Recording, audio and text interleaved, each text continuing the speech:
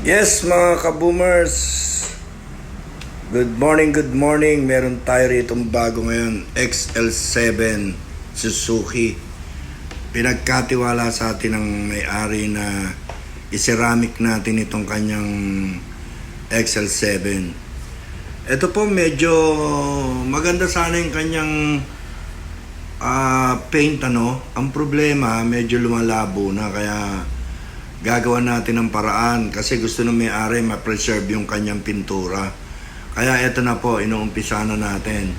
Lagyan natin ng borderline at umpisa natin siyang bapingin para magpantay po ang kulay niya. Makikita nyo rito mga kaboomers, lahat yung mga hindi dapat tamaan ng ating bapping machine inaano na po natin, tinetape na natin para hindi tayo magka-problema. Ayan mga ka-boomers ko, makikita nyo, inikutan natin. Ito na po yung first bapping natin. 3-step bapping po ang ginagawa natin dito. Ito po yung first step. Ayan, makikita nyo, binabapping na natin. Para maganda-ganda naman ang pintura, ang kalabasan ng kanyang pintura at medyo, alam nyo na, mga ka-boomers, pantayin natin. Papantayin natin yan. Kaya mga kaboomers, makita nyo. Dahan-dahan pong inaano natin yan. Tinatanggal po natin yung mga scratches niya, yung maliliit. Para pag nag-second bapping na po tayo, yung kanyang pintura na lang ang pagagandahin natin para mabuhay. Ito, mga scratch na maliliit. Yung mga hairlines niya, ang tinatanggal natin dito mga kaboomers. Ito ang first step bapping natin. Ayan, pinakikita ko sa inyo mga kaboomers. Maganda po ito, itong pinturan to, kung talagang masiceramic natin. Ito na. Natapos na po yung first bapping natin para dun sa scratches niya. Ito na po yung second bapping natin. Ito, pinagaganda na po natin yung pintura niya. Para mabuhay. Pangalawang gamot po yan. Yung gamot po na nilagay natin para gumanda po yung kanyang pintura. Talagang lumaban sa mata natin na magandang ang kalalabasan ng pintura. Ayan o, inikutan ko. Tingnan nyo, wala na pong scratches yan. Wala na kayong makikita dyang scratch na kahit maliit po siya, tanggal po lahat. Tinanggal natin sa first bapping natin. Yung second bapping natin, binubuhay natin. Eto na, mag-ano na tayo. Eto na po yung ceramic natin. Naano na rin po natin third bapping nun. Kaya, inano na po natin ng ceramic yan. Bali, 3-step bapping po ang ginawa natin dito.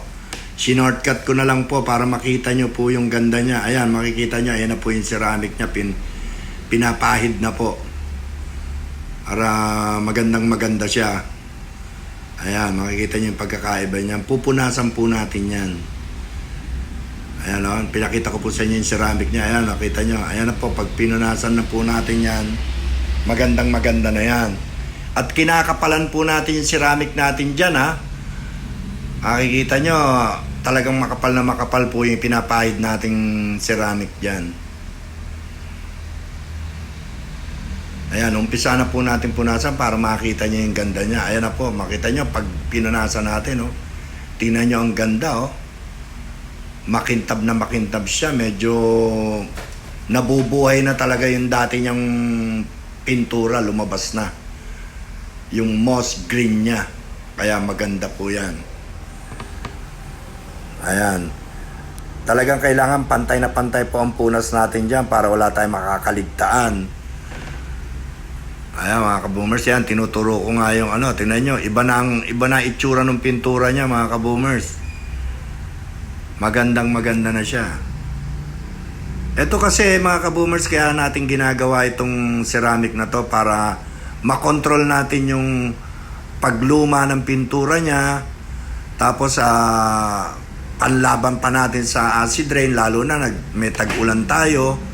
At yung ating kahit masikatan siya ng araw, hindi po luluma yung pintura natin. Yan po ang bentahe ng nakaseramik. Kaya mas maganda po nakaseramik ang pintura ng mga sasakyan natin. Ayan po. Parang kumbaga sa nape-preserve po natin yung pintura natin. O, kita nyo, napakakintab po mga kaburs at yung kanyang glitters lumabas. Kanina wala kayong makikitang glitters dyan.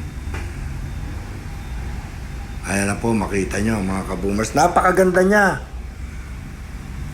Magandang maganda siya. Yan po ang kainaman na naka-ceramic. Kaya ikutan natin, tingnan nyo. Super kintab.